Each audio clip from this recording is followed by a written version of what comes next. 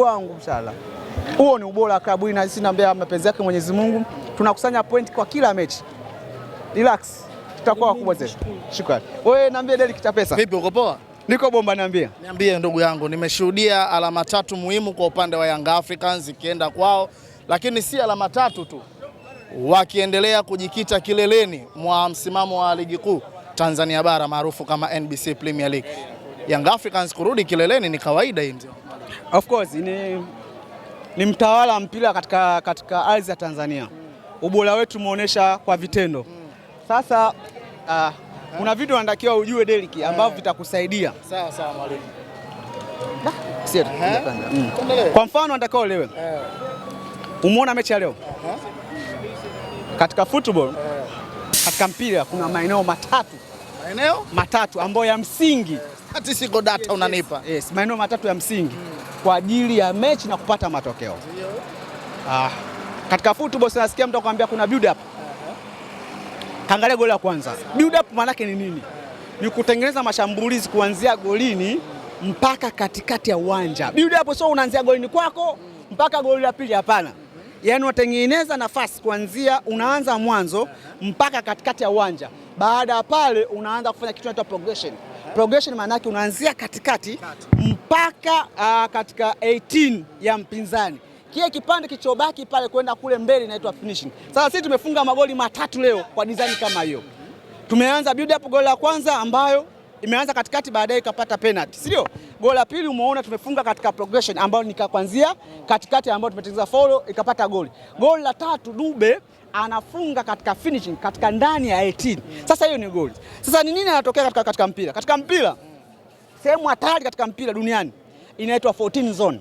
14 zone maana yake ni nini? 14 zone maana yake kuanzia pale kwenye box ya mpinzani hapa ambao anacheza namba 6 na namba 5. Ukiacha nafasi maana yake ukiona watu wanakushambulia muda wote, magoli yote yanapatikana 90% kuanzia katika 14 zone duniani kote.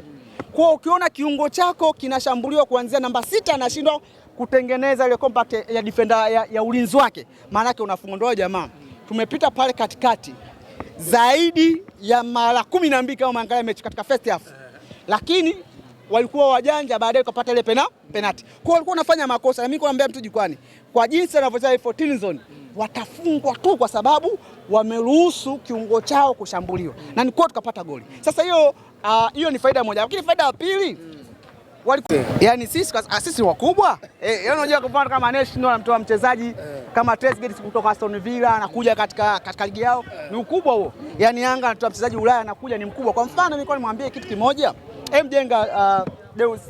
mjenga picha yule mwamba katika mashindano ya Kosafa yafanyika Afrika Kusini mwaka jana, siko mnafuatilia nyewe, alifunga goli 8 alikuwa top scorer, si ndio? Mwaka juzi alifunga goli 5 katika mashindano ya Kosafa, akatoka akaenda national team. Nilikuwa nasema takwimu zake, kacheza mechi 19 kafunga goli 17. Yani mtu Mwangola anafunga goli mechi 19 afunga goli 17. Alafu huyo mchezaji baada ya kuona si Manchester, baada ya kuona timu kubwa anakuja katika timu kama kuna klabu ya Yanga na ligi kuu Tanzania bara. Ni mchezaji wa kawaida huyo. Kumpongeza kwa sababu engineer, sababu ana connection na wachezaji wakubwa ndio kamleta. Yani muda mwingine hii faida mnamuona Steka anavyofunga hiyo. Nipongezi kwa rais wa klabu ya Yanga na mwenyekiti wa vilabu vyote, kazi kubwa anayofanya. Haya ni material ya Steka ya Ulaya, lakini anahudumia katika mpira wetu. Lakini wao simemwona Okelo katika mashindano ya Chani. Si ndio alikuwa ni MVP amshasahau nyewe. Si ndio? Si amekuwa top scorer katika ligi ya Uganda. Yani mchezaji kama yule daraja lake anacheza national team. Tunagombana vilabu vingi Afrika na Ulaya, lakini mchezaji daraja kubwa namna hilo tunamleta ligi kuu Tanzania bara, unashindwa kumpongeza rais na mwenyekiti wa vilabu vyote barani Afrika. Kwa maana yake ushawishi na ukubwa wa klabu hii, na ukubwa huo klabu hii unachangiwa na nani?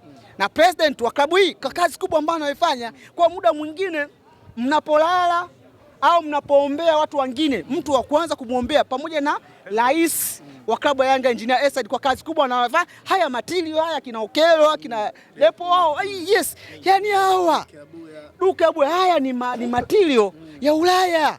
Yaani wachezaji ambao wanapaswa kucheza Ulaya nyinyi mnamuona katika ligi kuu Tanzania bara na mnaenjoy tu, mnafurahi tu kwa sababu mnaongea siku za kuishi. Lakini pongezi, kuna mtu anafanya kazi kubwa hiyo. Na hiyo itathibitisha siku gani? National Star anakuja. Sio atakuja? Ni Amani. Inshallah kama penzi yake Mwenyezi Mungu tukutane katika New Amani. Mwalimu, jana watu wameshusha chuma majirani zenu. Hatari kweli kweli hicho. Alikuwa akimweka benchi. Sasa ukisema alikuwa anamweka benchi, bahati mbaya ndio hayo nilikuwa nazungumza hapa, mambo ya kitaalamu. Hao wachambuzi wote hajasoma mpira hata afuatilie mpira. Alikuwa anamweka hapa kwa sababu Pacome ni namba 10. Si ndio? Baada ya Stefano Askini Pacome, si ndio? Hiyo anacheza namba 11, kwa anamweka benchi vipi? Yeye vitu vingine hata kama hujaenda shule. Si unasoma tu, una Google, unaangalia YouTube. Sasa unataka kwenda shule hiyo? Yaani mtu anacheza namba 10, huyo anacheza sisi namba 7, 11, itakwambia tu anakuweka benchi namba 10. Sasa hiyo bahati mbaya inawezekana kutumia maneno mazito, lakini hiyo inahitaji kwenda shule. Na nyie vipaza sauti vyenu hivi vyote ni Mungu amewapa kwa kusema ukweli. Yaani nyinyi mnashinda kuandika tu ukweli. Huyu akuacha namba 10, huyu akuacha namba 11, mnashinda kusema huo ukweli Deus. Hata hiyo mwanake anaanza kushika fimbo na kuchapa Deus kusema ukweli. Sasa mbona vitu tofauti? Namba zinaongea lakini. Brother, namba zinaongea lakini ni chronic injury. Kwa mfano hata alikuja yule nani yule kutoka Mombasa, alikuja pale. Mwaka jana nizungumza, nikasema huyu mchezaji kulingana na historia yake, huyu ni chronic injury. Huyu ana majeraha ya kudumu. Hata huyu amekuja ana majeraha ya kudumu. Wewe unaona wapi duniani mchezaji yuko free, ana timu, hapo unasema awe mchezaji mzuri. Umeona wapi duniani? Yaani hii dunia hii ambayo tunaishi sisi, ambao tuna kila siku mchezaji eti bora hana timu. Umeona wapi duniani? Mtaje mchezaji hata mmoja.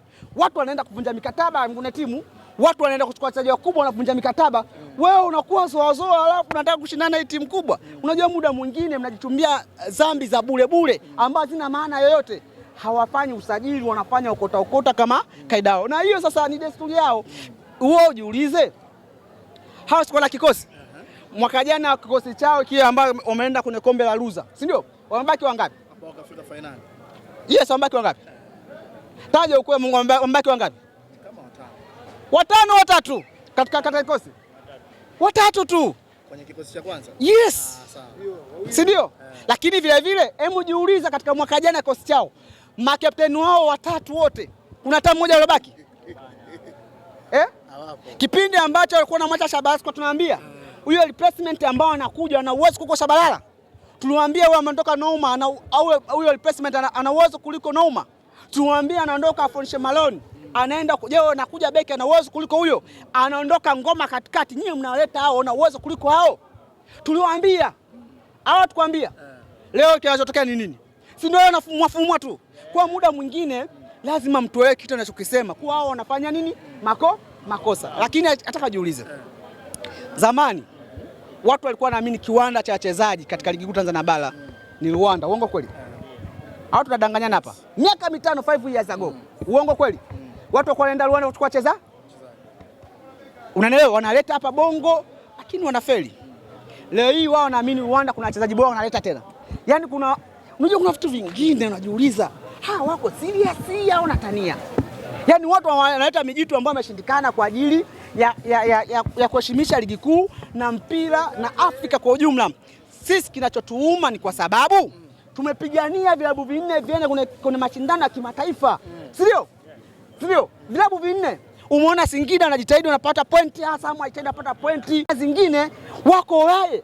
Wanagawa utamu tu brother. Wana pointi 0. Yaani wanashindwa kupambana hata kuamini kwa kuna mwanaume Yanga Sports Club wamepigana kwa ajili ya vilabu vinne viende. Basi huyu tumsaidie huu mzigo mwakani, sio? Asiwe peke yake na sisi, lakini ndio timu napigwa nyumbani ugenini, anageuzwa tu mwanangu. Kama samaki anapigwa bara na pwani. Sasa hiyo mambo sisi kama wakubwa inatuuma. Natamani mwakani tubebe vilabu vingine ambavyo kama Azam au Singida na mwingine. Hili kwa sababu tuweze kuzuia zile pointi zetu. Yanga peke yake hawezi kuzuia hizo pointi kwa sababu sisi ni wakubwa, kuna muda tutachoka. Kama tumeanza kuwabeba mashindano ya kimataifa ndani ya miaka 5 mfululizo. Mnaenda kimataifa sio bingwa, Yanga ni bingwa, mgongo wa Yanga unaenda kabingwa, unaenda shirikisho, alafu leo unaenda kugawa utamu na sisi tunakaa kimya. Haiwezekani. Kwa hiyo tunasema kuwa sisi kama wakubwa inapaswa hawa vitimu vidogo vielewe kuwa mkubwa Yanga Sports Club anavyopigania vilabu vinne. Nyie mjikaze. Mnajikazaje? Tafuteni wachezaji African class players, wachezaji wakubwa, kuongeza thamani ya klabu yenu, kuongeza thamani ya ligi kuu Tanzania bara. Leo ligi kuu inaje nafasi ya ngapi? Nafasi ya 6. Kwa nafasi ya ngapi? Si ya 4. Tuko kwa nafasi ya 4. Kwa sababu huku kuna timu inafungwa ovyo, inashusha thamani ya ligi yetu. Sasa Yanga anashinda peke yake, timu nyingine inafungwa. Maana yake zile point wakichukua inashuka, ndugu yangu, ligi yetu. Kwa sisi tunapambana, lakini kuna huku ambao ni viladha wanashusha thamani ya ligi yetu. Kwa sisi inapaswa, ni lazima tuambie ukweli na ukubwa wetu, ni lazima tupambane Derek. Mungu abariki sana Derek bwana. Malizia tu ndugu yangu, hauwaoni wakitoboa kuelekea nafasi inayofuata? Sikiliza. Hata pointi moja hawapati. Sio kutoboa, hata pointi moja hawapati. Mwalimu, sasa hapa una hata alama moja. Derek hajajiandaa. Derek unakabingwa kumfunga Experience hapa. Hajajiandaa kwa ajili ya kabingwa. Umuone kumfunga Experience hapa. Hajajiandaa kumfunga mkubwa. Experience wale wameshuka kwa ubora. Wachezaji kiplayer 5 wa kucheza katika mechi ya kwao. Wamekuja kabla ya wao. Hujaona ile mechi? Wamekuja saa 4, wao wamekuja saa 11 asubuhi. Hawa watu wanajiandaa. Experience wako nafasi ya pili na pointi 5. Wao una pointi 0. Hapa umepigwa na Petro Atletico Bovu nyumbani. Sio? Yaani Yanga ngaona kundi lile. Kashapiga watu home and away. Wote wale. Home and away. Angekuwa Yanga ndio bora kundi lile. Yale Stade Malinge piga nyumbani na ugenini. Huyu Petro Atletico nyumbani na ugenini. Wewe Spence nyumbani na ugenini. Kama wewe nakufunga mara 6 mfululizo, hawa viande na nafanyaje? Kama yeye napiga mara 6, nageuza huku, nageuza huku. Yaani napiga huku. Yeye namfanyaje? Hao nitafanyaje? Wanamfunga kwa tabu mwalimu. Wanafunga kwa tabu. Kwa timu ile. Sasa ile timu ile kama anashindana na Mtibwa, wanapaki basi. Yaani kwa Mtibwa tu unapaki basi. Ndio utakutana na muziki huu wa kina Okelo. Hao unakutana na muziki wa kina Dudu. Sio mbali lakini. Wazao wanatamani ifike wa mwezi. Yaani wao wanatamani mwezi ubaki wa kwanza. Waambie leo ni tarehe ngapi? 28. Si ndio? Zimebaki siku na unavyojichelewesha. Sio wameanza kupigwa 3 hao. Mwezi wa 3 anza kutoa dozi ya 4. Mwezi wa 5 5, wa 3 5. Kwa wakichelewesha tu wanaweza kupata mkono. Ndio. Yaani huruma yao watakiwa sogeze juu. Huu mzigo wa 3 wakute hapa. Asalamu alaykum.